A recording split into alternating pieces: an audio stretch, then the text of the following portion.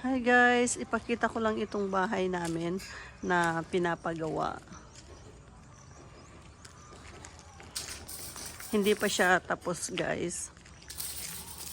Kaya lang gusto ko lang ipakita ang ating pinagpaguran. Yan, eto na. Ito yung main door. Hindi yan dati ang nakalagay dyan. Pangit yung nakalagay dyan. Kaya nung pagdating namin dito, pinapalitan ko. So, ayan muna ang nilagay. Yung hamba. Hamba daw ang tawag dyan. Pero bukas ilalagay na yung pintuan talaga. Tapos yan din yung bintana.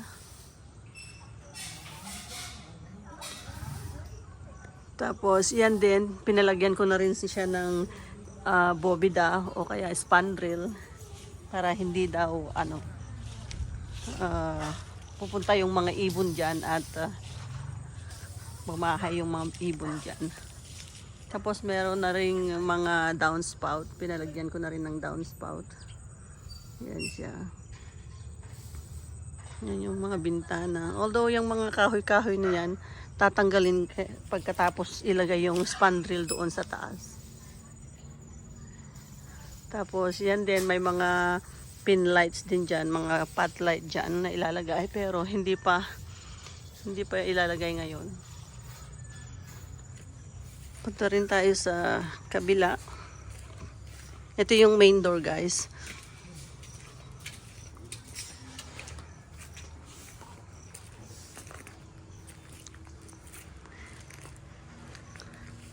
Tapos ayan din, yung kisame na yan guys, kakalagay lang nung pagdating namin.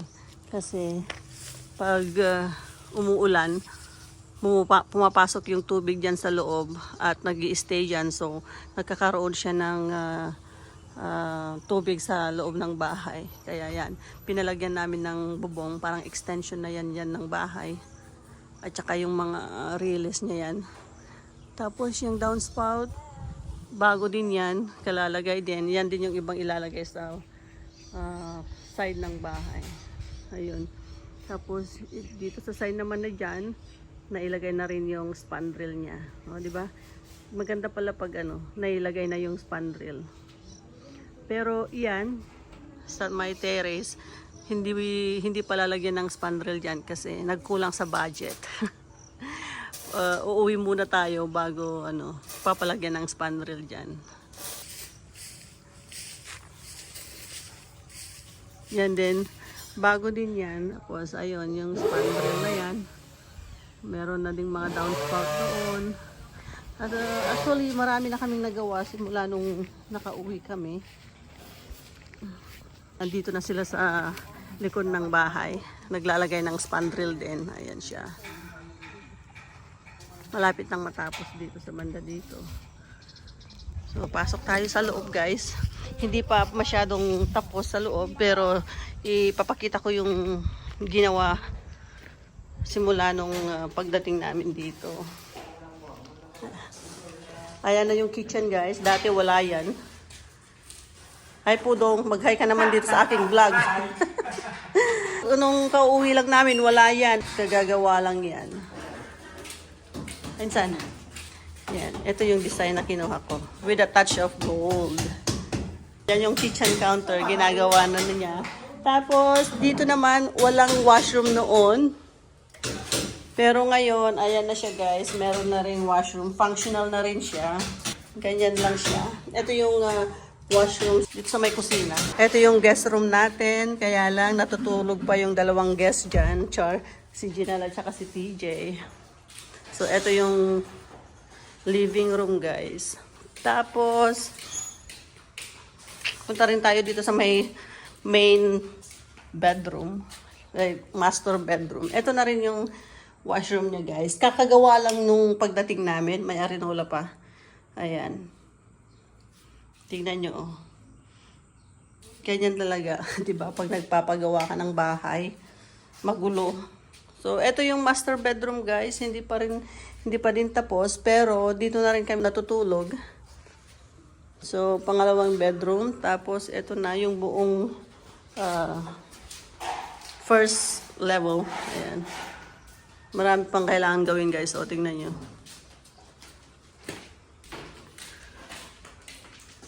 Tapos, yan din yung storage yan sa under the stairs. So, papasok muna tayo sa taas.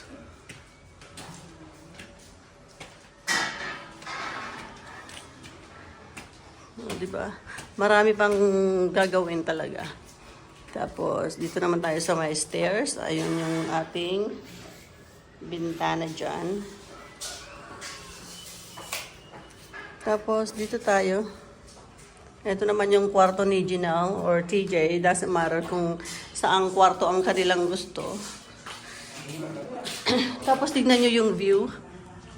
Ganyan lang yung view. Talagang nasa bukid kami, guys. Ito yung view ng isang kwarto.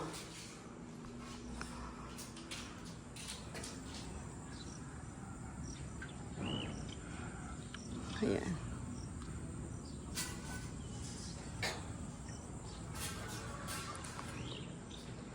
Tapos, dito naman tayo sa side na to.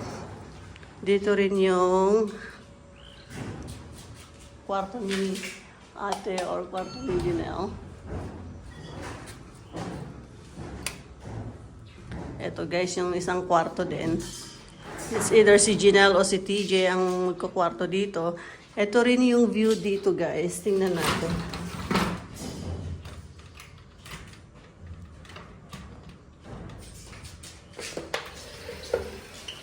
Yan din ang view dito guys.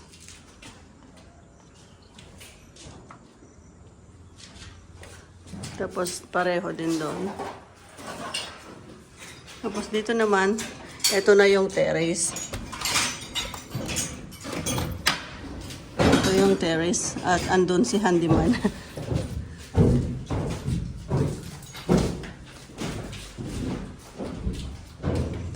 Tapos dito naman sa may hallway, andito yung future washroom. Pangatlong washroom. Tatlong washroom yung ano dito guys. 1, 2, 3. Yeah, 3 bathroom. Maliit lang yung ating hallway dito. Tapos, dito sa banda dito, andito naman yung pintuan papunta sa ating terrace. Hi! Hello. At siya ay gumagawa ng, alam nyo naman, bed frame. Handyman talaga, guys. Yan, nag-order sila ng extra ganyan. Tapos, ayan, ginagawa na niyang katri daw. O bed frame dito sa my terrace. Kasi magandang magtambay dito pag hapon. Malamig dito pag hapon, mahangin. Yan, dito na tayo sa terrace, guys. Ito na yung view ng ating terrace. Yan, hindi pa tapos, guys. Tapos, dito sa banda dito, palalagyan ko rin siya ng rehas dyan. Para pwede akong maglagay ng aking mga tanim na halaman. Tapos, tingnan nyo, nakikita mo yung bundok. Ayun, yung bundok yan. Diba? At, sige, magandang ano dito, magandang magtambay. So, yun lang guys. Thank you so much for watching. Bye!